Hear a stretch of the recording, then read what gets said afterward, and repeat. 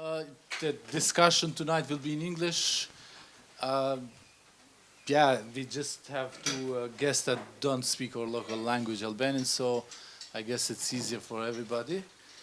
Welcome to tonight's discussion, in which we are going to discuss a bit with our two guests from Israeli on Israeli theater and on their work. So I'm happy to welcome here Liat Dekel-Avneri, theater director from Israeli, and then Allex Fassberg from Tel Aviv, I guess, but living in Berlin, if I'm not wrong. So welcome, and happy to have here with us also the Israeli ambassador to Kosovo. So welcome. Liat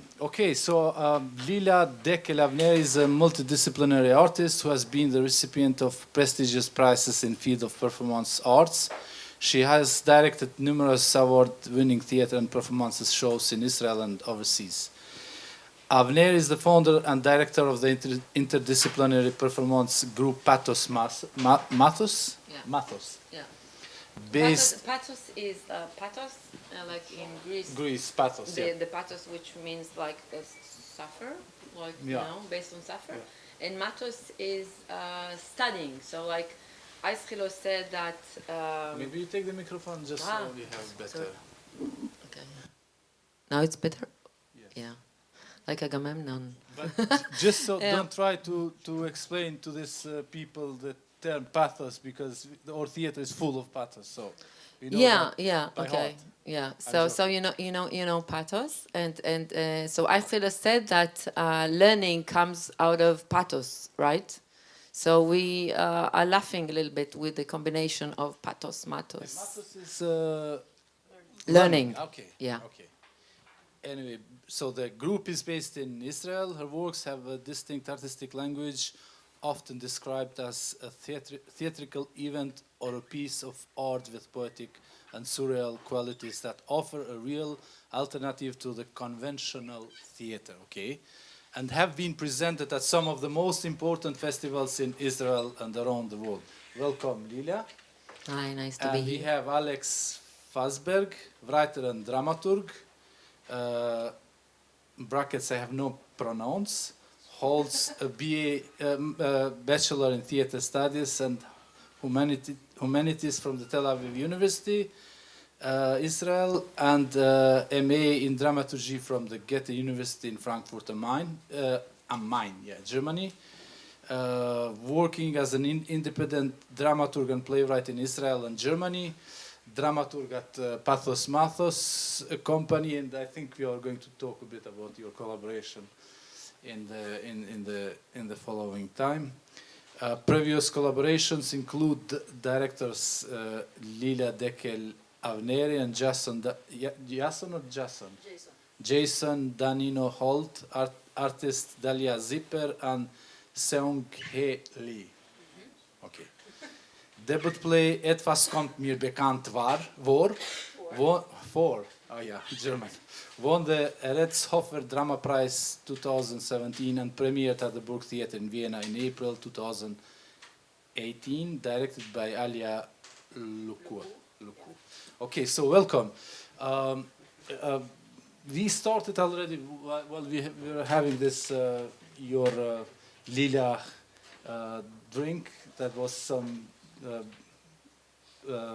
sparkling water with which fruit actually that you invented? Daniela, what? Okay. Cherries. Okay. Cherries. So we started, and your question was, do you have theater directors, women theater directors running the theater? So I would like to ask you this question. So who is running Israeli theater actually, women or men? I mean, women directors? Well, mostly men. It's been controlled mostly by men. But in the last years, we have more and more women managers and more women directors also in the repertoire theater, which is the biggest repertoires theaters. But in the independent scene, I think it's equal. It's like, we have a lot of women in the independent scene. So when we speak of the structures of the Israeli theater, in here is quite simple to describe it and to kind of name it. You have public theaters, which means national theater and some city theaters, and then the independent theater scene, which is basically reduced to this theater. So how is the situation in numbers in Israel? So we have in the biggest cities like Tel Aviv, Haifa, Beersheba, Jerusalem. Yeah, I think the what we called like repertoire theater is like the city theater. In Tel Aviv, you have few of them. These are the theaters that get most of the funding from the government. And we have more and more independent theater. We have actually one of the oldest and the most important alternative theater is Tmuna theater, which looks a little bit like here, just a little bit bigger, and has 3 stages, not here like only one, but it looks, it's the same, I think, you mean atmosphere. 2 with this one here? So it has 4 because there's also bar and yeah. But it is growing. There are more and more theaters and more groups like mine. And the thing is that the budget is not growing. So like you have more and more children fighting on the same budget. But when you say more and more, do we know, let's say in Tel Aviv, how many independent groups you have, or venues maybe, or?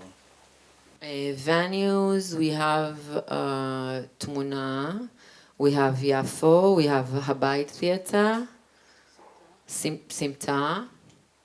I think these are the main independent. Tzavta, 5. We have 5 main independent spaces and groups. I think there's like about 30 groups, and a lot of like every year there's a new director that is trying to make his own and going into the independent scene, and after a few years maybe try to get his own group. So it's like growing and growing and growing every year. I think it's more than 30 because I think it's also a question of who is recognized as a group. So there's a lot of groups working before they're recognized as a group, which means like they're working towards being able to get the money. So actually, I think officially there are more than 30 like working in these spaces, and of course outside of Tel Aviv there are also more groups. Haifa and all the big cities have also the independent groups, but they all work on the same budget, and then the 8 national and state theaters work on their own budget. So. But they need to be recognized by the state. Is there some kind of official act, or? There's the Ministry of Culture. Okay, so if you are recognized by the Ministry of Culture, so you get money from the state. If you are not, you will get money from different foundations, like the PAIS, like there's Keren Rabinovich. There's like small foundations that you can apply for getting some money, but it's not every year that you get money for a group. Every project you need to apply. So is it, what are the conditions? Quality of work? It's a very good question. Yeah. Yeah. Feel free to say things. Yeah. There's quality, of course, but when you talk about quality, it's a question who is the judge, right? To say if it's good or not, because there's like a committee that is being chosen, and the question who choose this committee and who are the members in this committee. And so it's like quality, and you have to have at least 2 years. That every year you do like 20 performances, and imagine if you have like we have like around 20 performers that need to be paid for performance. So making 20 performances for 20 actors on the stage, it's a bit it's not obvious.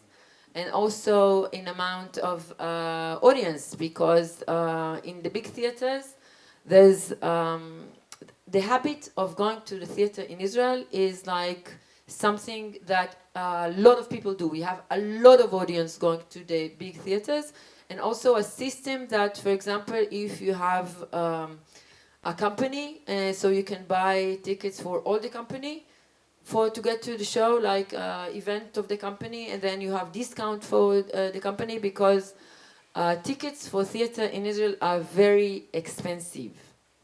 To get to the big theaters, it's very expensive to go unless you have your how do you say manui? Like if you go regularly. If you go regularly, no. If you go, you A membership. a membership, yes. If you have a membership, and this is like the system works But on membership. in numbers, let's say a ticket, normal ticket in a public theater, in dollars or in euro. I think it's around 25-30 euro if you just go and buy, and if it's like group, then it's cheaper. It will be around 15. Yeah, and if you go to the alternative scene, so the alternative scene, the maximum will be 15 euro. So it's different. It's cheaper. But there's also something very unique here, what I see if we compare to Israel, that here the audience is very young. In Israel, the big theater, we always say that the color of the hair is normally white. And they're working very hard to bring now a young generation, and the younger generation goes normally more to alternative, which is normally more contemporary theater and more radical, and thinking less about what the audience expect to see, but thinking more challenging the audience. The repertoire theater, because they work for big theaters, like amount of 1,000 people in the audience, so they do more commercial. They don't take risk because they want the audience to come, and the audience, like for example, a lot of musicals. Okay, so they make a lot of musicals, so to bring them. Yeah. Well, I mean, we have the same struggle, but in terms of age, we struggle to bring old people. This Actually, is so amazing. yeah, it's a real struggle. So it's hard to bring them to the theater. Yeah, but it's something like, I'm here a week, and as I ask you, walking in the street, I see only young people. Okay, it's like, where are all the old people? They. Yeah, it's Where are they? Corona. They don't vote. Yeah. Okay, I'll come back to you, but I have one question for Alex, and I have to apologize. I might make mistakes in pronounce, but you know that English is not my first language, as guess are. So I wanted to ask. It is in here as well, and I suppose in Israel it could be the same.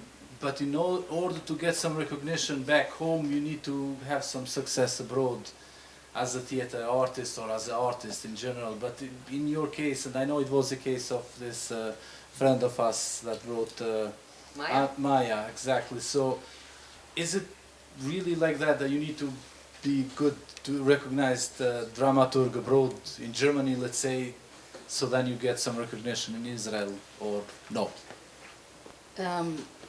I think for Maya, maybe. I mean, I think Maya had... Maya Arad. Yeah, Maya Arad had her first, like the bigger success outside of Israel, and then came back with the recognition. I don't write in Hebrew, and my texts are not translated. So I write in German. So actually, nobody knows except Lilach, basically. Very few people know my texts in Hebrew. I work more as a dramaturg in Israel than as a writer. But maybe that will come. I don't know yet. But Can I answer that? Israel see itself as a very strong nation in theater. There's a lot of audience, and there's a lot of theaters, and it's more important for the managers of the theater, for example, that they know actors from television, because then audience come more to the theater, then recognition from abroad. The case of Maya Arad Yassur is really representing, in my opinion, the fact that Maya is a hit in Europe.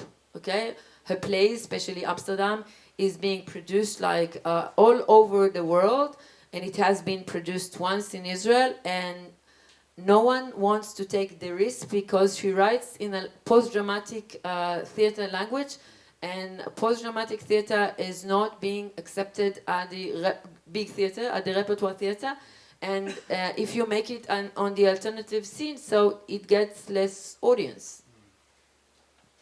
I also think it's a matter of funding, because what, for example, Germany and Austria are very good at is giving writers funding. So you get funding to be able to write. And in Israel, there's no such thing. There's no systematical support for writers. You only get the money if you're produced. So writing it is very hard because you have to have another source of income, or write a hit in which will, in hindsight, bring you back the money. And I think that is also why a lot of Israeli writers, contemporary young writers, actually write more or look for the way to go out of Israel to then get funding. And as Lilach said, the repertoire theater is not yet very open to new kind of drama and new writing. That's happening slowly. But you said something interesting. You write in German, you said, yes. Why is that? I mean, and was it easy to switch it once you learned the language, or you knew the language before? No, I learned the language when I came to Germany, and a few years, 2 years I didn't speak, and then I started writing in German. After 2 years? After like, no, not after 2 years. I studied it for 2 years, and then I was in my studies for another 2 years in university, and then I started writing.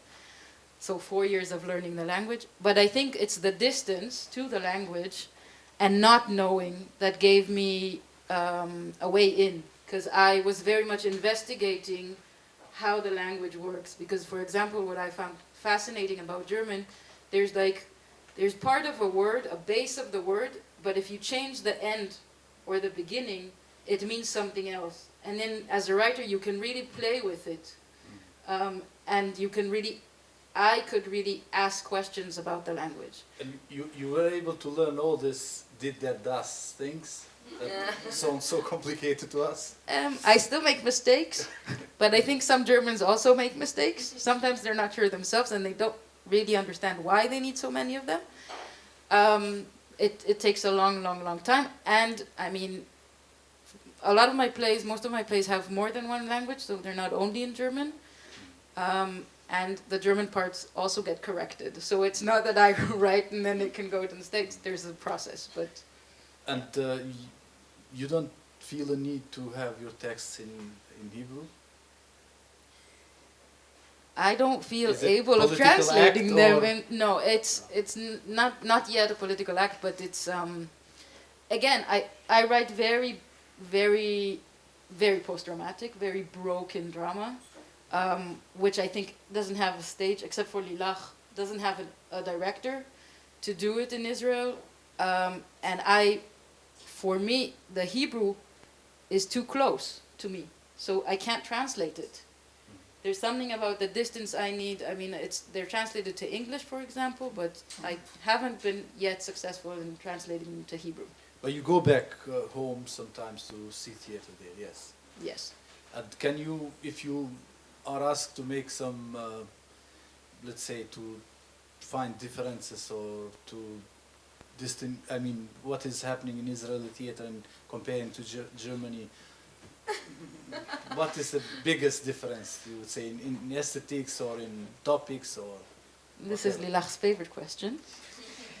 I would say, I think first of all in Israel, the theater is still very much attached to a storytelling. Well-made written. Yeah,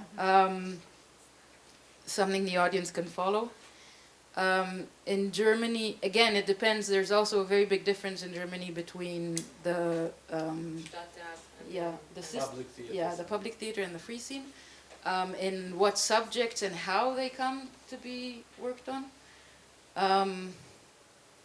In Germany, there is the tradition of the Regietheater, so it's a theater with very strong directors that each of them found their very own artistic language, and this was kind of also the way they taught acting. So each of them also has like their actors or their performers, which is something we have less of, I think, in Israel, or the way of acting is quite different. You can probably say more about this. You want to add? Okay. Yeah, I think that Israel is learning, okay, the contemporary theater. When I did the German season in Tuna Theater, which is like this theater, what I said in 2010, until then, for example, there were no contemporary German plays in Israel. It was always Brecht, Brecht, Brecht, Brecht, and more Brecht. Okay, that was the German writer. Slowly started from 2010 to get more and more German contemporary plays. With German contemporary plays come different language, right? Because like breaking the fourth wall, it was not evident. Okay, so now they're moving. It was more in the independent scene, but now starting also in the big stages. This is something that the audience also need to learn, the big masses of audience. So in matter of aesthetic, again, taking risk, you know, like putting a light on the audience, okay, for example, not on stage, but on the, like, making experiments, okay, using more and more videos, a lot of action on stage, so the audience is not sure where to go. This is like starting to happen, like the 90s are arriving now. In Israel. 90s of Germany arriving now. It will take you also a few years. You will get there. Okay, but that's not big distance, 30 years only. Well, yeah. That's okay. Yeah. Okay, you have this, and I try to read this sentence here, and I don't want to repeat it because you know it, but could you explain a little bit your work? I mean, what do you call real alternative to the conventional theater? Okay, I understand that public theaters are much more conventional. Yeah. Plays follow this conventional structure of a play. But Okay, is it the same okay. for the directors and for other? I have so a only few, for the plays. okay, I have a few examples. Okay, when I did in 2008 Macbeth.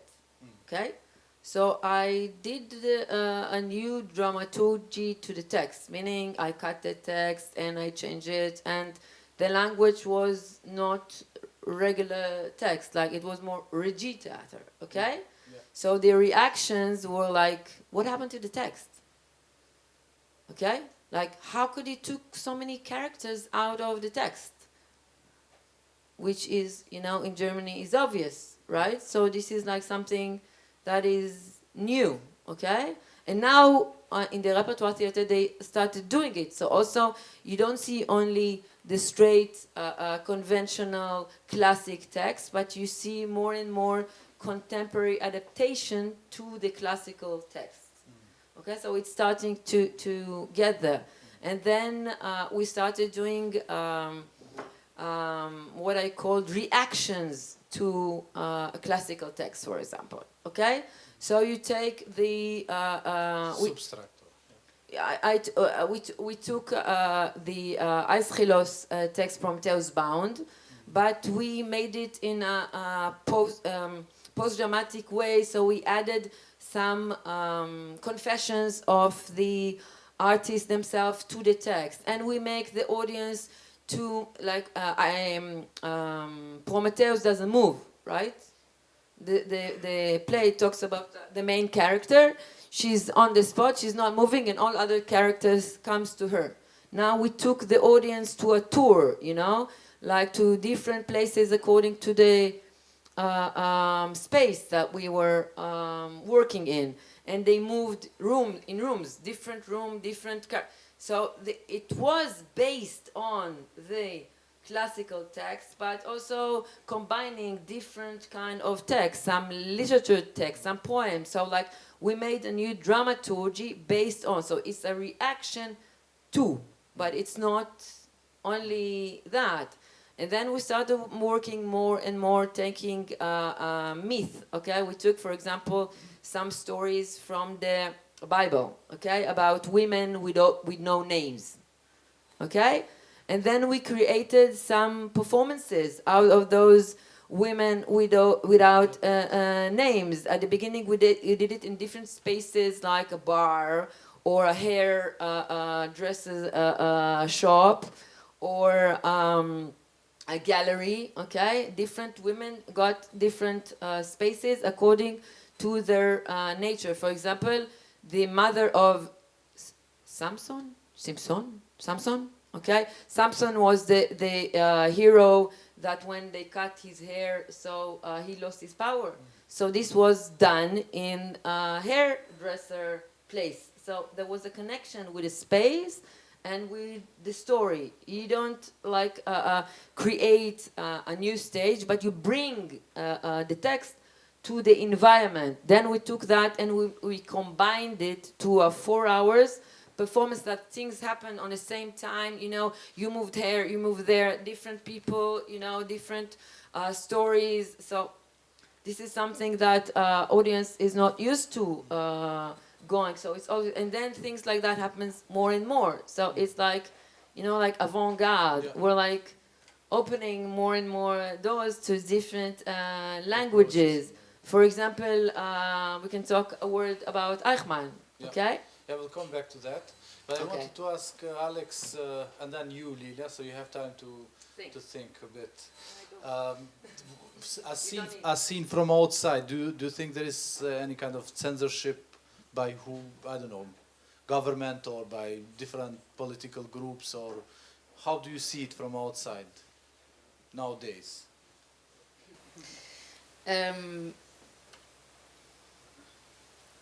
I think from inside, we feel that, it's not necessarily a censorship of you can't do that on stage, but it's a censorship of you won't get financed. And I think that is very much felt in Israel for some artists, that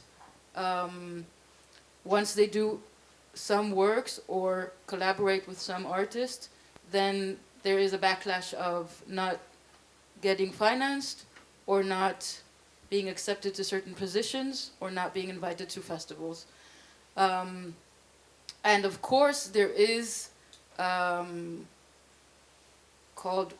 people called radical artists, radical political artists, who see themselves as artist activists, who are very much also centered. I think this, it usually also comes in the form of financing, more than in direct intervention. Yeah, in direct intervention, but this has happened. It also depends who is sitting in government and where we are, how near we are elections, and so on and so on. What Lilach also said, who makes the decisions? Yeah. I think that would be my answer. Okay, thank you. Do you want me to elaborate on the same thing? Sure, yeah. Your insights on all the inner perspective. So I think it is out there, you know. It's not that nobody knows, because it is out there that you are being asked not to criticize your country, okay? Like you are, government see you as, you know, you get money. Okay, so represent your country nicely and balanced. Okay, like if you're not balanced, and this is, I completely agree that we never need to hear one side. Okay, I think we always need to show the two sides. So if you choose to do one side, and if it's not the right side, so you'll be censored.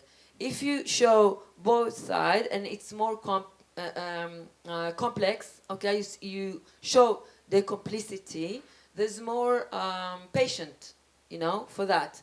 But it is true that artists are very much afraid not to, to cross the limit. The limit is very thin, okay, when you cross it, and sometimes you're not sure. So they will prefer to do self-censorship in order, to get to more audience and in order to get more money. And in order to be presented in more places, okay? Like there was a few years ago a big talk about, there's an international festival in Akko of alternative scene, and there's this artist. She's very radical, very left radical, and they didn't approve her show. So they made the artistic director to fire her, and then all artists resigned, and he also resigned, and they reformed. So it's out there. It's not that we know something and we act as if it's completely out there, and you know what is the border. And also with, for example, with nude, okay. So mainly in the big cities, especially in Tel Aviv, everything is open. Okay? The only thing is that that sometimes some people will not come if they know there's nudity. On the other hand, there are some cities, okay, that will be troubled with nudity, and they want you to respect them because for them it's hard. So you choose what you do. I now got a new festival to direct, and in the first meeting I was told that there will be no nudity in the festival, and I'm completely fine with it. This is like a new festival in a city that is not used to contemporary theater. It's not capitals. So we begin and we respect, like their attitude, but it is said completely open, and you can choose what you do. But this, for example, is a subject. It has already happened that a show that had nudity had to change in order to, for example, take part in a festival. Yeah. So they had to close their dancers in order to take part in the festival. So this is a direct intervention that has happened. It happened also for productions from abroad. For example, in the Israel Festival, there was Angelica Lidl, I think, that came with. So there was like a big story about it, but at the end, she performed. So the managers of the Israeli Festival took a risk that they would not get money, but it was their decision. It was a brave decision. And that was the last edition, or no? No. Yeah, in that case, no, they won the battle. Yeah. Okay, let's speak a little bit about this Eichmann project that you did. Was it last year or 2 years ago, I think? I think it was 2 years ago, during Corona, 2020, yeah. So, how was the so process? It was, okay. And were you planning to do it before Corona, or you decided to do it when the Corona started and then you filmed and... So I started work on it. I think it was around 2013 when I did a seminar at the university about the Eichmann trial. And from that moment, I was not sure if I'm going to do my PhD on that. And then I decided, let's do a production instead of PhD. So it took us a few years, about almost, 6 years, working of collecting materials and reading. We did a lot of reading. I think we read almost everything that was written in Hebrew and English about the trial. And slowly started to understand the dramaturgy of the project. And then we applied for the Israeli Festival. and they accepted us. And we were planned to do it actually in the original place that the trial took place. So it was like, it was supposed to be, it was renovated, so it was supposed to be opening of the theater, doing this Eichmann project about the trial, and we worked about a text that it was like 120 pages, was supposed to be around 3 hours. And then Corona came, and they said that they really waited until the last moment, because everyone canceled. All festivals around the world, everything was closed, theaters were closed. They said, yeah, no, in June it's going to be finished. You know, everyone thought that Corona will take 1 month, 2 months max. 3 months, we're after it. And then we reached... it was like around May, okay? They realized that there will not be open festival in June, okay? And they still wanted to do the festival, so they decided that the whole festival goes digital. And some of the performances were like made for 2 conditions. So it's like for regular audience, okay? But they filmed it. So when Corona finished, they have a show. But we decided that we cannot make 3 hours show about the Eichmann trial and film it, because you have the whole Eichmann trial performance on YouTube, right? You can see the trial, you can see the evidence, like who are we to make now 3 hours watching about the Eichmann trial on film. So we realized that we need to cut it. It was like, I think, about June. And they said, okay, the festival is on September. So you have like July, August, 2 months to prepare your new project, okay? New adaptation to the project. So we worked, we thought about it. We worked 2 weeks, and we created the new text. It was a mixture of what was planned. Less than 120 pages now. Yeah, it was like, I think it was about almost 21 scenes, and at the end, what we showed was the prologue, first scene, the beginning of second scene, stop, and some new scene that was created for that. But let me go back to the process. So you basically were looking at the materials you had in disposal, facts. Okay. Research. Yes. The idea was that we are not gonna do reenactment of the trial. Okay.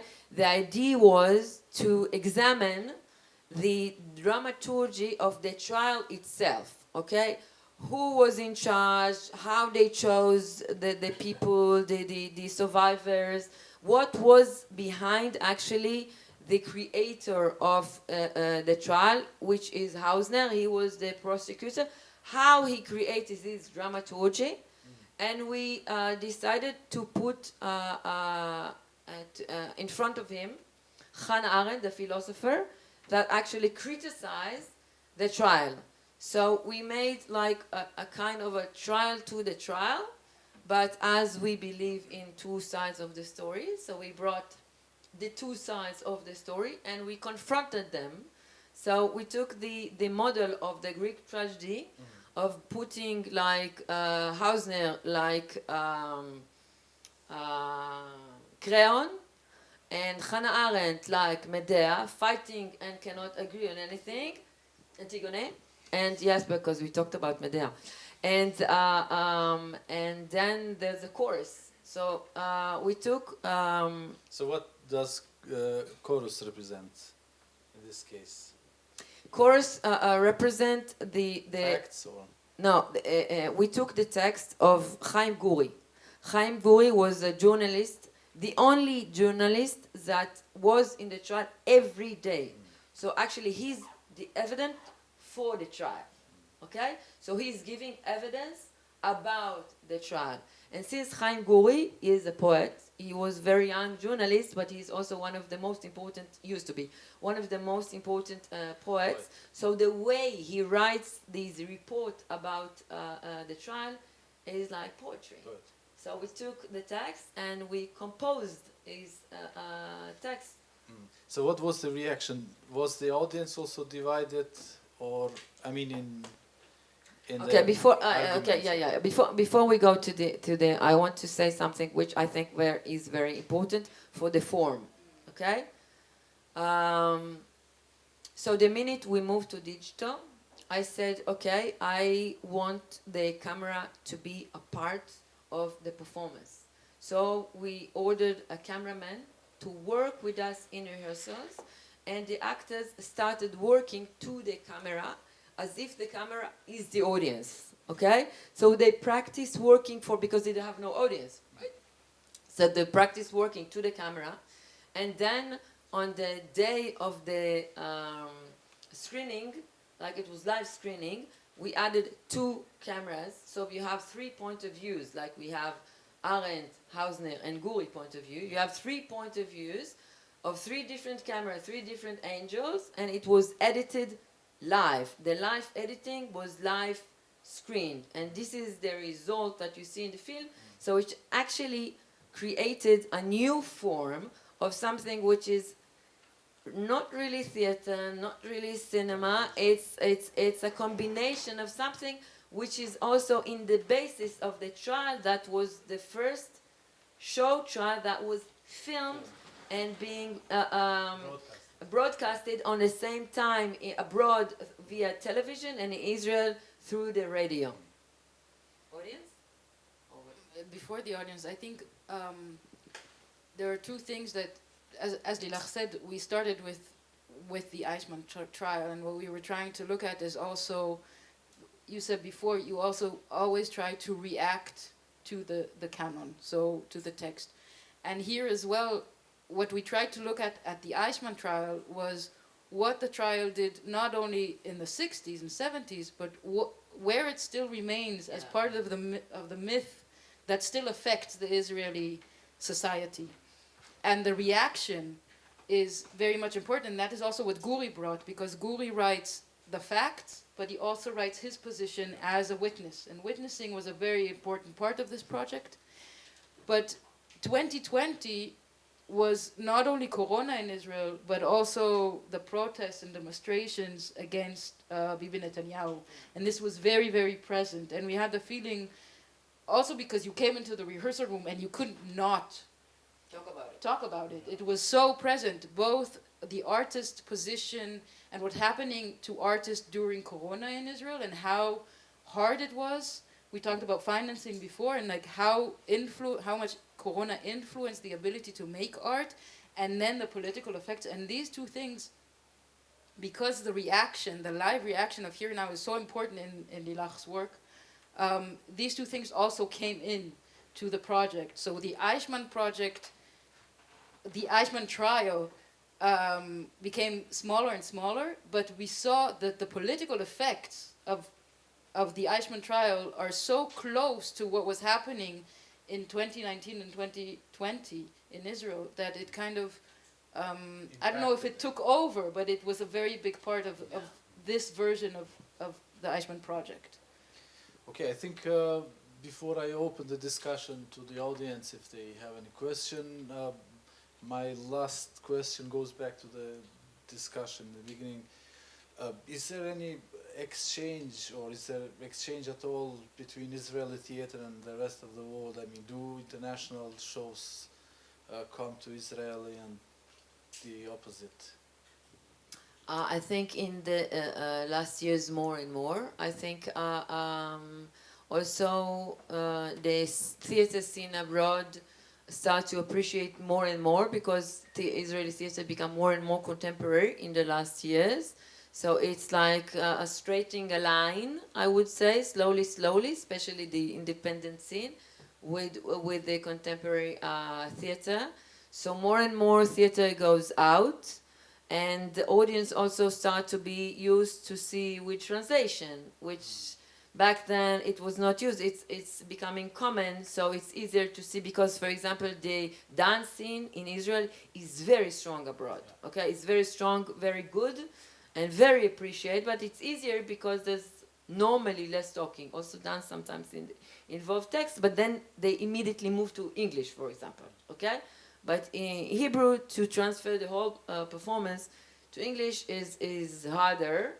So using subtitles is now becoming more common and more and easier, and there are more and more collaboration. We did in 2011 collaboration with Dramaticzny Theatre in Warsaw about a story that was taking place in the Holocaust period of time in the Muranov neighborhood of the Jewish ghetto in Warsaw.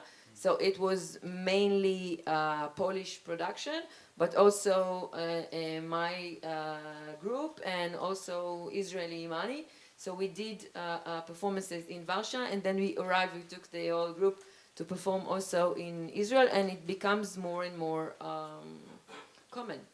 Yeah, I think it's the sky is opening. If you have any comment or not? Yeah, I think also in playwriting there is more interest into Israeli playwrights when they are translated, and also Hanoch Levin, for example, is still being no, but a lot of his texts are only now being translated into German, for example. We don't have him in Albania, unfortunately. Not yet. Not yet, but He'll come. He'll come. He's dead, but he'll come. Yeah.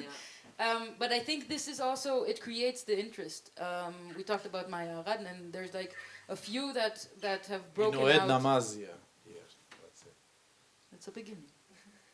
There's still a way to go. This is like still a well-made theater. Yeah. Yes. I think the other side of it is also a political question in the world concerning the support or not the support of BDS, and like what it means to make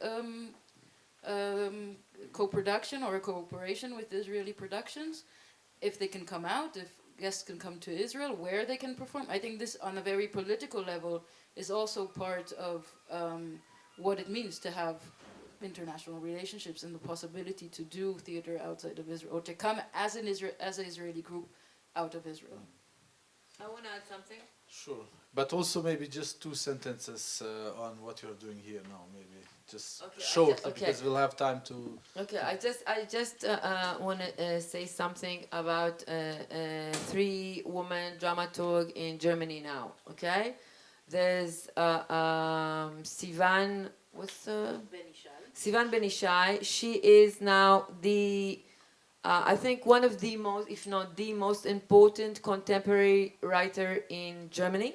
She won now the prize of, what was it? Heidelberg, okay. She won Mulheim as well. Okay, she is an example of a young writer that couldn't really express herself in Israel, neither in political point of views and neither in foreign point of views. It took her a while in Germany, and she became like very...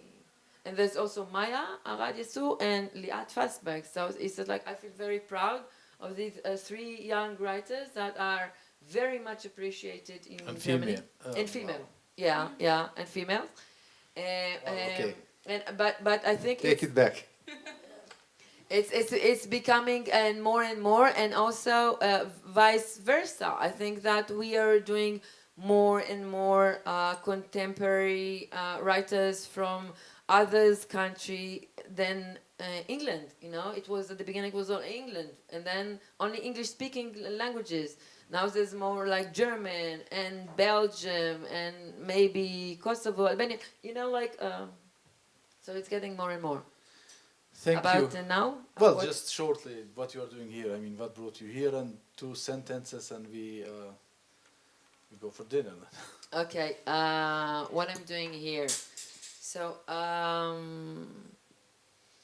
inspired by the Eichmann project, I think that after you saw it and we talked about it, the idea was practice some dramatic and performative way of bringing history to now, how we represent history, and what is the connection to the performers who are living now and not in history, how history affects them. And so it's collaborating with the local artists about Kosovo story and the fact that we have so many things in common. So during the process, it's a lot of sharing histories from two directions and understanding what we want to talk about and how we present those very important political, but also, you know, from our daily life, society, you know, and economical subject, everything that connects us now. And the presentation will be on 28th. Yeah, 3 o'clock. Dodona Theater. Okay, thank you. And let's see if the audience, if anyone from them has a question. And if not, well, Natasha has one. You want to take the mic? Hello.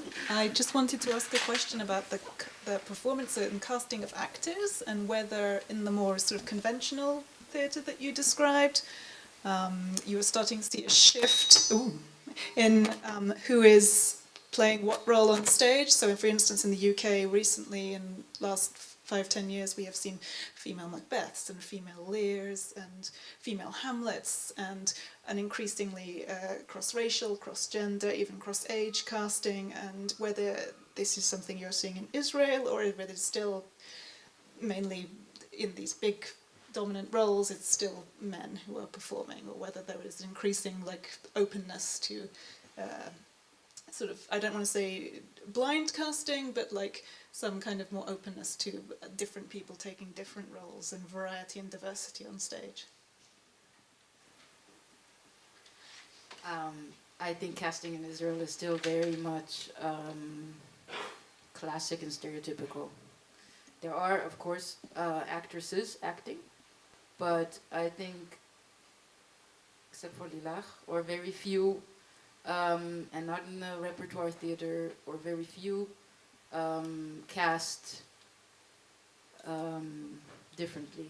And I think identity politics is not yet a subject that has reached Israeli theater that hard, and because it's bound to a different identity struggle in Israel, and a class struggle in Israel of who gets representation in the free scene and in the repertoire stages.